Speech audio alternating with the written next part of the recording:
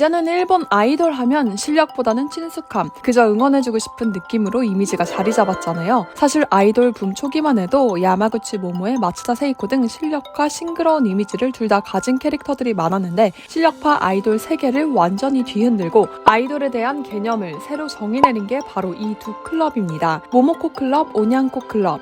이름과 이미지만 봐도 알 수 있듯이 SES와 핑클, AKB와 노기자카 같은 라이벌로 꼽혔는데 이들의 특징은 바로 실력 파괴, 클럽이란 표현에서 보이듯이 두 그룹 모두 마치 학교 동아리 같은 친근감을 주며 다가왔는데요. 실제로 졸업과 영입을 자유롭게 한다거나 각 멤버에게 고유한 회원번호를 부여하는 등의 방식으로 대중에게 한층 더 가까워졌습니다. 온양코 클럽은 각 멤버마다 회원번호를 부여했고 모모코 클럽은 출석번호가 있었어요.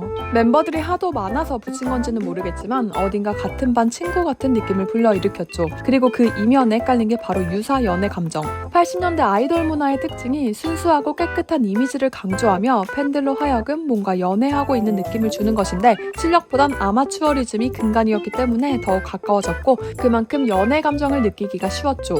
야옹이와 같은 뜻으로 멤버로 활동한 아이돌만 50여 명에 달했던 온양코 클럽은 TV 프로그램과 함께 시작합니다. 1985년 초 올나이트 후지 여고생 스페셜이란 파일럿 프로그램이 방송된 적이 있는데 선풍적인 반향을 일으키면서 바로 정규 방송으로 제작하게 되었거든요. 이 특별 방송에 출연했던 여고생 중에서 선발된 11명이 바로 온양코 클럽의 시작이었습니다. 온양코 클럽은 유야케 냥냥, 직역하면 저녁 노을 냥냥이란 방송에 나온 이 여자 아이들인데 이제는 기무라 타쿠야의 부인으로 더 유명해진 쿠도 시즈카, 카와이 소노코 등 유명인들을 배출하게 되죠. 방송이란 게 기획이 있어야 하잖아요. 유야케 냥냥은 처음부터 아이돌을 찾아라 란 기획으로 오디션을 실시했습니다. 마치 시청자들이 처음부터 소녀들을 뽑아 아이돌을 육성하는 느낌을 주며 이제는 너무나 유명해진 일본 아이돌의 전략인 옆에서 성장을 응원할 수 있는 그룹의 시초가 되었는데 첫 오디션을 통해 선발된 게 가와이 소노코, 우츠미 카즈코, 토미카와 하루미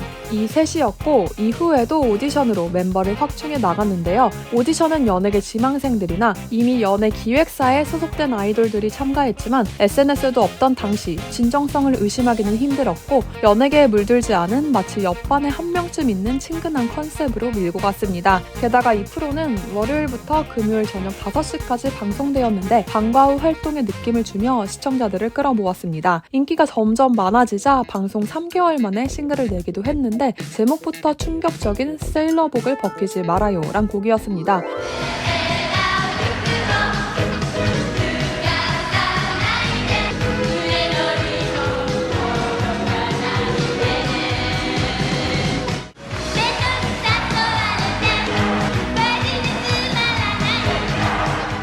요즘 나왔으면 바로 매장당했을 만한 시도였지만 80년대 일본에선 오히려 선정적인 가사와 중독성 있는 멜로디로 대히트를 칩니다.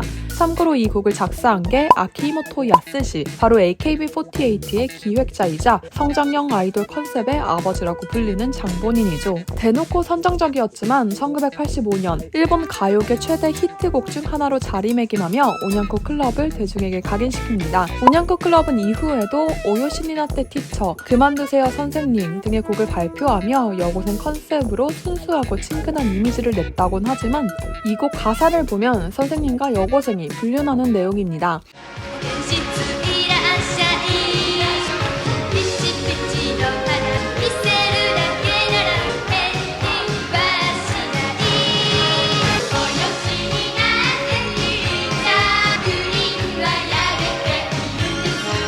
처음부터 그만두세요 선생님 수업 시작했다고요로 시작되는데 오리콘 2위까지 오르며 인기를 끌었고 온양코 클럽의 히트와 더불어 유야케 냥냥은 대박을 칩니다. 처음에 3%였던 시청률도 연말에는 18%를 넘겼고 인기를 끌게 된 멤버들은 차례차례 솔로 데뷔를 합니다. 한편 모모코 클럽은 특이하게도 잡지에서부터 시작되었어요. 당시에 모모코라는 잡지가 엄청난 인기를 끌면서 이 잡지의 편집부가 미소녀를 모집하기 시작했는데 주변에서 좀 예쁘다는 얘기를 얘기를 듣는 아이들, 연예기획사 소속의 지망생 등 당대 소녀들이 지원이 이어졌고 편집부가 전문 모델은 아니지만 독자 모델 느낌으로 발탁하기 시작한 것이죠. 그렇게 이들을 잡지의 한 코너로 소개했고 여기서 탄생한 게 바로 모모코 클럽이었습니다. 시스템상 당연하게도 친숙함과 높은 독자 참여도를 이끌어낼 수 있었던 것입니다. 10대들이 관심을 가질 만한 패션, 뷰티, 연애, 학교 생활 등 다양한 주제를 잡지를 통해 다뤘는데 이게 의도하지 않게 마케팅 전략이 되었거든요. 그리고 이들의 영향력이 점점 커지는 것을 유의 깊게 보고 있던 것이 바로 일본 방송국 TBS였습니다. 후지테레비에서 오냥코 클럽으로 재미를 톡톡히 본 것을 의식했는지 86년부터 TBS를 통해 모모코 클럽은 정규 프로그램으로 제작되게 되는데요. 원래도 유명했지만 방송과 함께 전성기를 맞이하게 되는데 인기가 어느 정도였냐면 이때 멤버이자 지금은 프로레슬러가 된 야마다 요코가 말하길 당시에 학교 남자아이들이 그녀의 머리카락이나 손톱을 부적 대신 이름표에 넣어 다니는 게 유행했다고 해요. 막상 그녀는 아이돌 활동이 어색하고 크게 흥미도 없었다고 하는데 그저 모모코 클럽이란 이유로 그 영향력이 엄청났던 것입니다.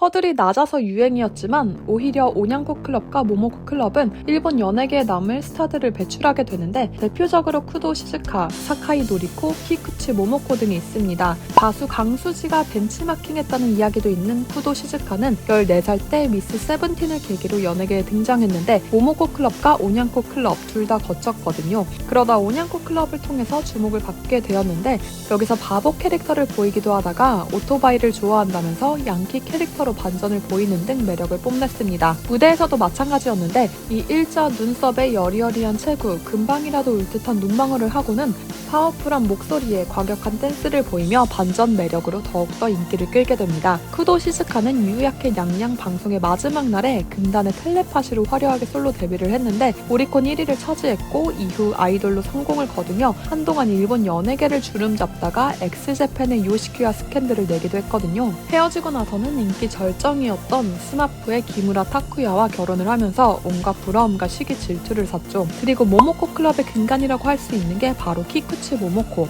모모코란 잡지 자체가 당시 신인 아이돌이었던 키쿠치 모모코를 위한 전략이었는데 잡지의 메인 모델로 발탁되었고 창간호 표지를 장식하면서 본격 데뷔를 했습니다. 이분이 어느 정도로 역대급이었냐면 데뷔 스토리부터가 남다른데 그녀의 숙모가 아오야마에서 음식점을 하고 있었다고 해요. 그 가게 계산대 옆에 가족 사진이 걸려 있었는데 우연히 이를 본 음악 프로덕션 관계자가 바로 스카우트에 들어갑니다. 사진을 뚫고 나오는 비주얼에 그 자리에서 나이, 사무소 소속 여부 등 신상을 물었고 그렇게 연예계에 입문하게 됩니다. 모모코 잡지 모델 이후에도 엄청난 기록을 세워나갔는데 영화 여주인공을 맡고 같은 해 가수 데뷔를 했고 데뷔하자마자 일본 레코드 대상 신인상, 브로마이드 연간 매출 1위, 오리콘 앨범 차트 1위를 기록하면서 포스트 세이코로 불리기 시작했습니다. 모모가 복숭아란 뜻이거든요. 데뷔 때 모모코의 캐치프레이즈가 It's real fresh 1000%였는데 이름과 같은 싱그러운 이미지를 기반으로 시세이도, 글리코 등 CF 모델로도 기용되었죠. 이 외에도 노리피란 애칭으로 인기를 끌었던 사카이 노리코 역시 모모코 클럽 출신으로 4차원 컨셉과 통통 튀는 이미지로 모모코 클럽의 간판녀로 등극했고 드라마 별의 금화에 나오며 우리나라에도 알려졌죠. 또 드라마 도쿄 러브스토리의 여주로 남자를 선택하는 리카라는 캐릭터로 열풍을 일으키며 그동안의 여성상을 뒤흔든 스즈키 호나미 역시 모모코 출신이고요. 실력보단 친근감이 먹혔던 80년대 오냥코의 에이스였던 니타 에리는 후일 오냥코보다 AKB48가 프로의식이 높다고 말한 적이 있는데 그들 스스로도 일반인에 더 가깝다고 생각할 정도로 프로의식이 낮았습니다. 그럼에도 시대는 이들을 원했고 1986년에 나온 오리콘 싱글 1위의 곡 46곡 중 오냥코 관련 노래만 30여 곡에 달했습니다. 이 경이로운 기록 때문에 인기 가수를 거느린 다른 프로덕션은 오냥코 클럽의 발매주는 무조건 피했고 오냥코 클럽은 일본 연예계 최대 히트 상품으로 치부되었습니다. 하지만 내공 없이 유행과 함께 온 전성기는 오래가지 못했는데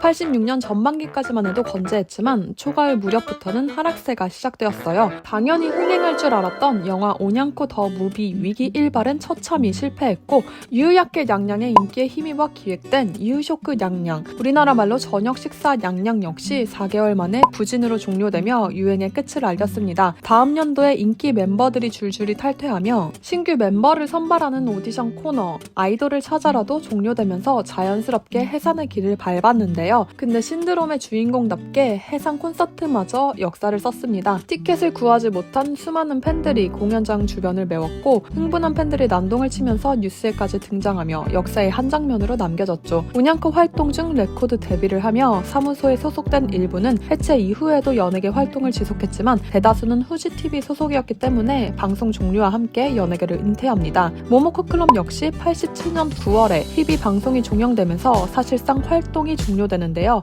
명확하게 해산이라고 발표하기도 애매했던 게 모모코 클럽으로 앨범을 낸 것도 아니고 처음부터 그룹 활동보다는 멤버 각자의 솔로 활동에 매진했기 때문에 그룹 전체를 해산시킬 명분이 떨어졌죠. 일부를 제외하고는 대부분 B급 아이돌에 머물다가 연예계를 떠났고 잡지 모모코 역시 시간이 흐르며 부수 감소로 쇠퇴하면서 1994년에 사실상 폐간됩니다. 80년대 중반부터 시작된 버블 경제의 붐은 사람들을 여유롭게 만들었고 아이돌 산업의 토대가 되었습니다. 이상적인 아이돌들이 주는 거리감을 확 줄여 평범함을 무기로 시장을 파고들었던 온양코 클럽과 모모코 클럽. 이 컨셉은 일본 아이돌 문화에 지대한 영향을 미쳤고 나중엔 아이돌 실력 정체의 원인으로 지목되기도 했죠. 한때는 시대의 전부였지만 이제는 유물같이 바래진 당시의 아이콘들. 문득 여러분들의 전성기를 함께한 문화 아이콘은 무엇인지 궁금해지네요. 오늘의 이야기는 여기까지입니다. 오늘도 함께 해주셔서 감사합니다.